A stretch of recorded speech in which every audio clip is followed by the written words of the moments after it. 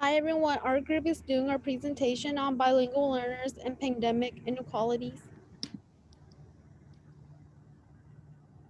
This is our statement of educational injustice. The lack of representation and invisibility towards bilingual learners within the K-12 curricula is largely a result of excluding these students from creating strong language and literacy foundations within the classroom.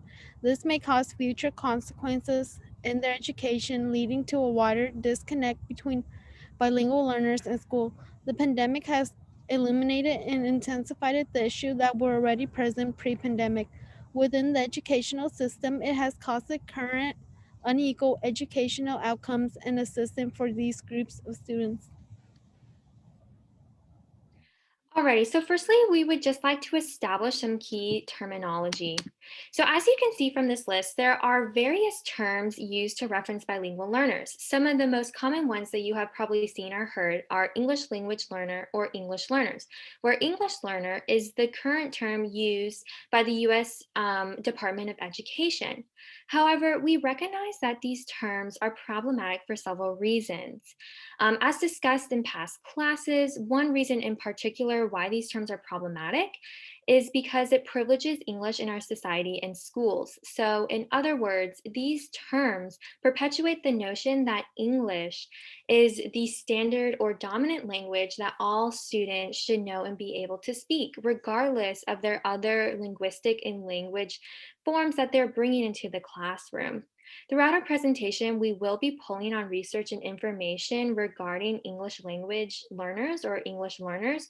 However, we will ultimately be referencing these students as bilingual learners due to the fact that these students are utilizing and developing linguistic skills and abilities in regard to two or even more languages.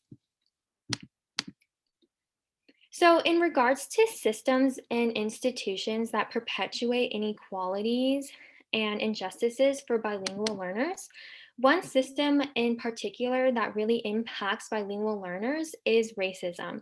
According to Project Ready in Module 3, racism can be understood as being much, quote, more than mere prejudice, hatred, or discrimination based on race. It is ultimately a, quote, system of advantage for whites and a system of oppression for people of color.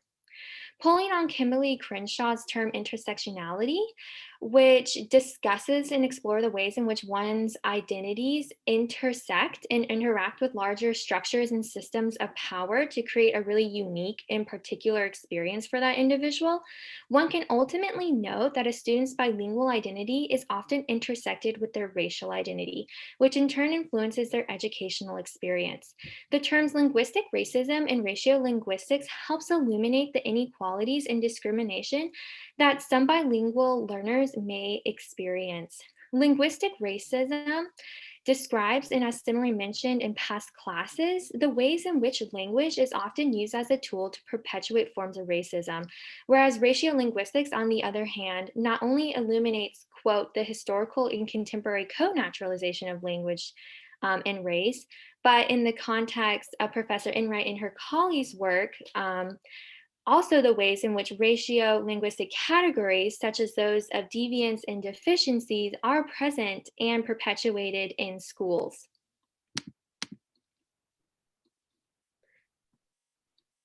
Within schools, bilingual education teachers are lacking the funding to be able to pursue the bilingual education program. And they also lack the training and the authorization to be able to teach these types of classes. Not to mention the lack of bilingual teacher representation in schools also affects these bilingual learners, as well as the tracking that some bilingual students encounter throughout their education, which can discourage them from taking advanced level courses or even be urged to drop a course if they feel like if the teachers feel like their skills aren't up to par with the rest of the classmates. And some routine and emergency reform efforts in connection to the pandemic has led to many teachers not feeling prepared for the sudden change from in-person to virtual classrooms. Some systems and their influences on bilingual learners. has been the lack of technological resources and academic support that has been interconnected with their experiences in the community.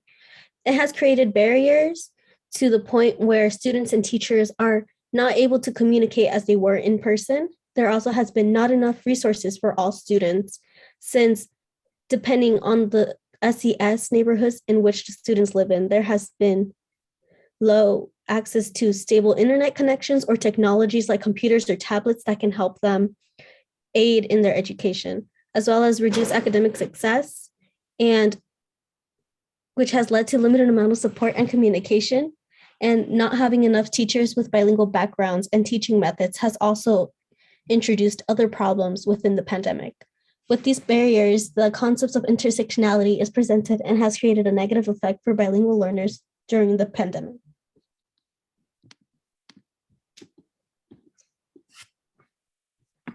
Okay, so as for the historical aspect to how we got to where we are now, the first official instance of bilingual education happened in 1839 in Ohio, where they adopted a law mandating allowing German English instruction. And then from there, in 1864, Congress passed a law prohibiting Native Americans from being taught their own language in schools. And then by 1879, they were sent off to boarding schools and separated from their families.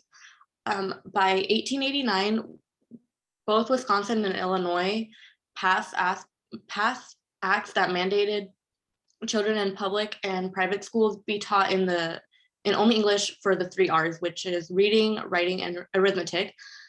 By 1906, Congress passed the Naturalization Act, mandating that all immigrants seeking naturalization must speak English. And by then, 34 states had laws mandating English-only instruction. And by 1934, the Bureau of Indian Affairs repealed its policy of repressing the use of Native American languages.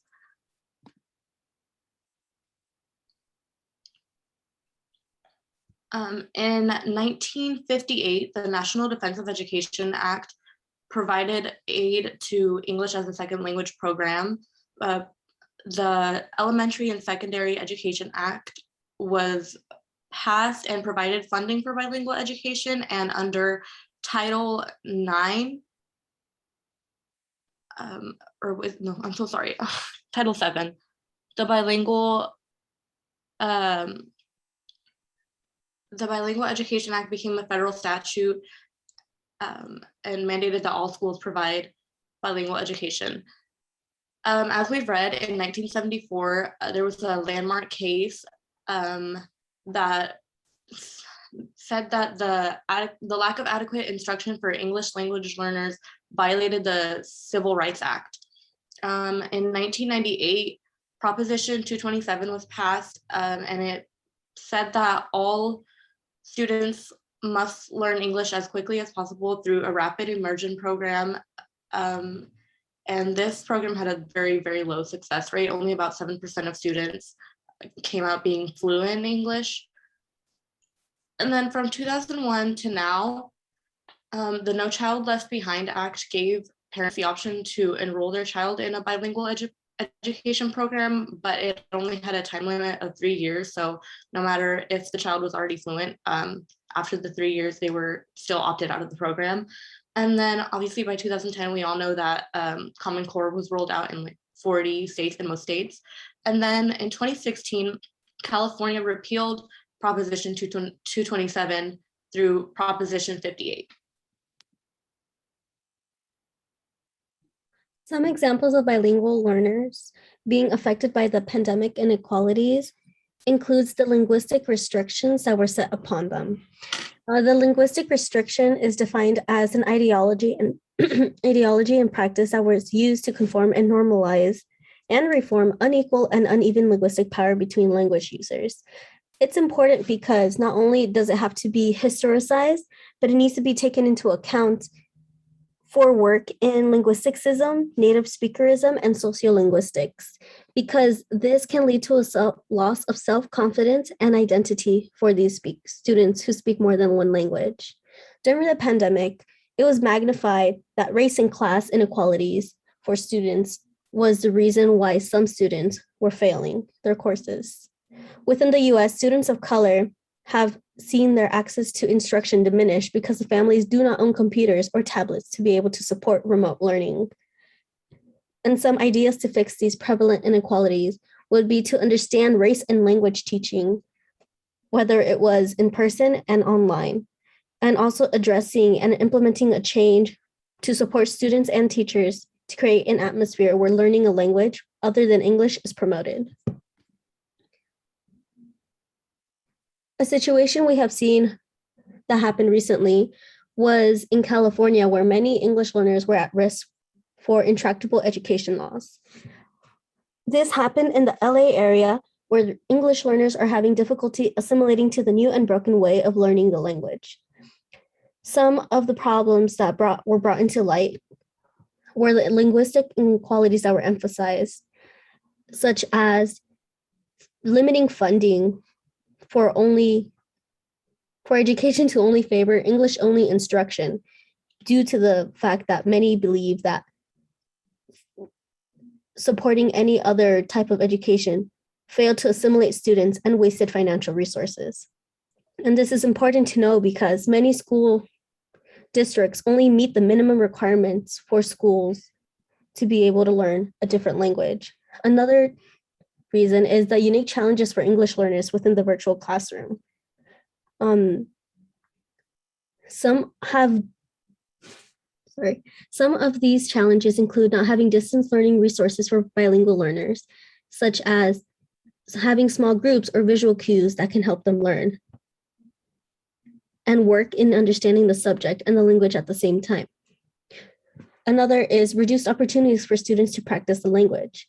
They will not be able to practice it in everyday conversation on the playground, lunch, or in classroom, or any other area where they will receive support from students or friends to learn the language. Lastly, the lack of parental communication. Because the lack of communication between schools and parents is one of the prime reasons why students are having more trouble and are not receiving the resources they need when it comes to their education. Not being able to accept the responsibility that the schools have for their students shows us when things get difficult, schools rather blame the students and their families rather than do something to help the community at large. It was said that this district reported 42% of the grades earned by English learners in high school were D's and F's, and a 12 point for a middle school student. That was an increase of 10% from the previous year, not including the homeless youth. An anecdote about a student and her parent states how the parent was unable to help his daughter, when trying to connect her to school because of the lack of communication and resources that they needed.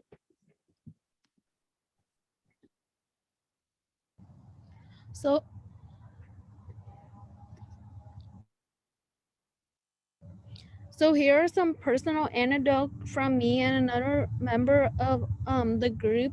For time purposes, I won't be reading it, but they're listed for everyone's reference. Okay, so there are various programs and practices that we believe can address the many inequalities and injustices that bilingual learners experience. One practice that we believe could be helpful in attending to these injustices is the adoption of an asset-based perspective. Through an asset-based perspective, we hope that teachers will be able to view bilingualism or multilingualism as a quote resource that students can utilize in not only combating systemic and institutional injustices, but also in enhancing their learning in the classroom. However, we want to stress the importance of not reducing bilingualism or multilingualism to a simple tool or reduce it to a use value, but instead really encourage teachers to also view bilingualism as a component of students' cultures and identities.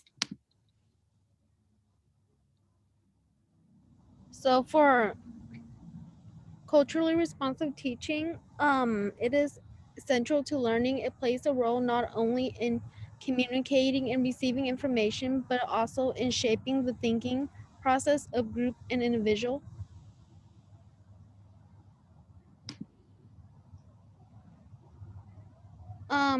For time purposes, I won't be going through all of these, but Here are some of the characteristics of culturally responsive teaching. And example, so instead of just teaching Romeo and Juliet, include teaching other stories from other diverse culture as well. And don't punish a student for accidentally speaking in their native language. Instead, acknowledge it as part of their identity.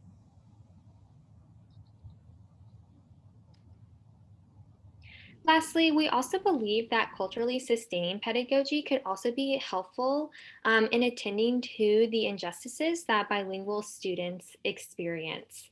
According to the Project Ready modules, culturally sustained pedagogy can be understood as seeking to, quote, perpetuate and foster linguistic, literate, and cultural pluralism, as well as seeking to, quote, not only for students to maintain their own practices, but also to grow more critically engaged with them, seeing them as worthy of study themselves rather than only seeing them as a bridge.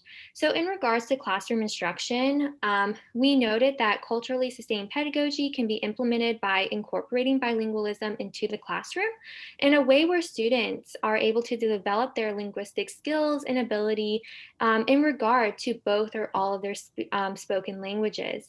Additionally, this can also be implemented through allowing students to not only share their experiences as bilingual students, but also really opening up a space for discussion and exploration as to the injustices and inequalities that these students may be experiencing and facing, as well as some potential solutions that could help address these injustices and inequalities.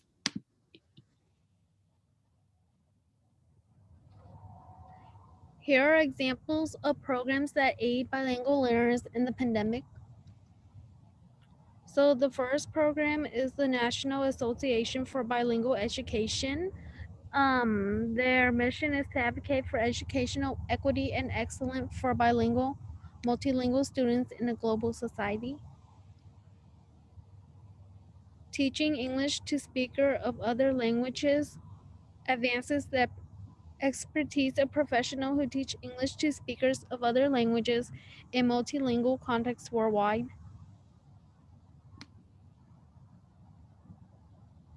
The next one is the Center for Applied Linguistics. The mission of the Center for Applied Linguistics is to promote language learning and cultural understanding by serving as a trusted source for resources and policy analysis.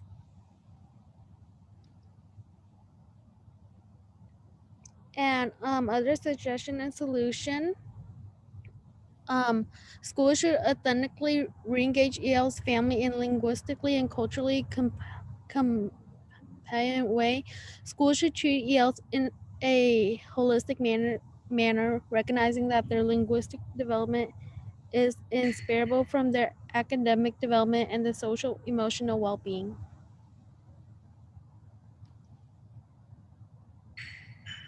So here is some brief context and information regarding bilingual learners in California. However, for the sake of time, we are just going to leave this information for future reference that you can look back on later.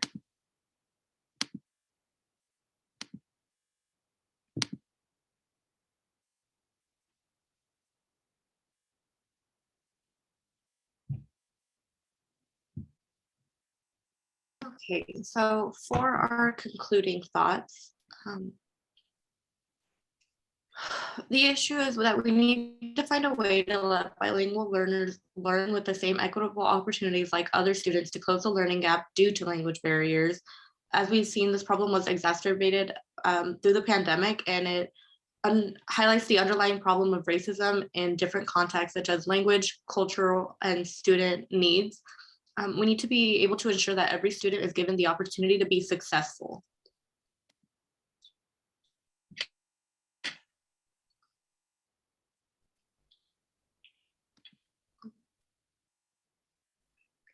And here are some of our references, but thank you everyone for watching and listening.